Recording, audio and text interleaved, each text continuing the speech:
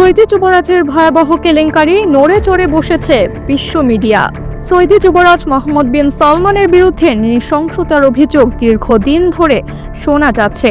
তিনি নিয়ম সিটি বাস্তবায়নের পথে প্রতিবন্ধকতা দূর করতে হত্যার ক্ষমতা দিয়েছিলেন নিরাপত্তা বাহিনীকে।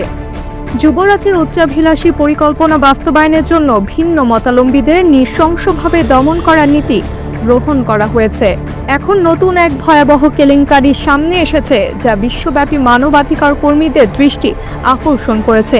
মিডল ইস্ট আইয়ের প্রতিবেদনে জানা যায়, বৈশ্বিক মানবাধিকার সংস্থা হিউম্যান রাইটস ওয়াচ যুবরাজের বিরুদ্ধে রাষ্ট্রীয় তহবিলের অপব্যবহার এবং মানবাধিকার লঙ্ঘনের গুরুতর অভিযোগ তুলেছে। HRWর 93 পৃষ্ঠার প্রতিবেদনে বলা হয়েছে, 2017 সালের ক্ষমতা গ্রহণের পর থেকে যুবরাজ বিন সালমান দুর্নীতি বিরোধী অভিযানের নামে দেশের ভিন্ন মতাবলম্বী ব্যবসায়ীদের কোম্পানি ও সম্পত্তি জব্দ করছেন। এই পদক্ষেপ শুধু অর্থনৈতিক নয়, বরং রাজনৈতিক প্রতিহিংসারও অংশ।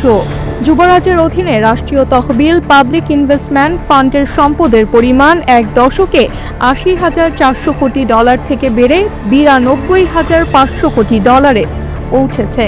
যুবরাজের হাতে এই তহবিলের পুরো নিয়ন্ত্রণ থাকায় তিনি সিদ্ধান্ত নেন তহবিলের অর্থ কোন খাতে কিভাবে ব্যয় হবে।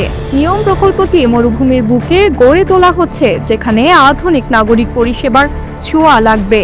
এটি একটি স্কাই-ফাই শহর হিসেবে পরিচিত লাভ করতে চায়, কিন্তু এই প্রকল্পের বাস্তবায়নের জন্য কর্মরত শ্রমিকদের উপর চলছে অবর্ণনীয় নির্যাতন। তাদের অধিক সময় কাজ করতে বাধ্য করা হচ্ছে, যা আন্তর্জাতিক শ্রম আইনের চরম লঙ্ঘন। এসব শ্রমিকের অধিকাংশই অভিবাসী, যারা দেশের গরিব ও কর্মজীবী শ্রেণীর মানুষের মধ্যে পড়ে।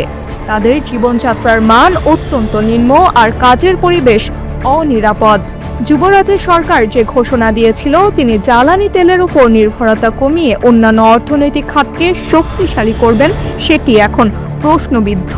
যুবরাজের পরিকল্পনা ছিল 2030 সালের মধ্যে পর্যটন, শিক্ষা ও অন্যান্য খাতকে শক্তিশালী করা, কিন্তু বাস্তবে মানবাধিকার লঙ্ঘনের এই ভয়াবহ চিত্র কি সেই উজ্জ্বল ভবিষ্যতের স্বপ্নকে ম্লান করে দেবে? নিয়মের সোনালী স্বপ্ন কি তবে এক নৃশংস গণহত্যার শিকার হয়ে যাবে? বিশ্ব এখন এই প্রশ্নের উত্তর খুঁজছে। IB news desk report.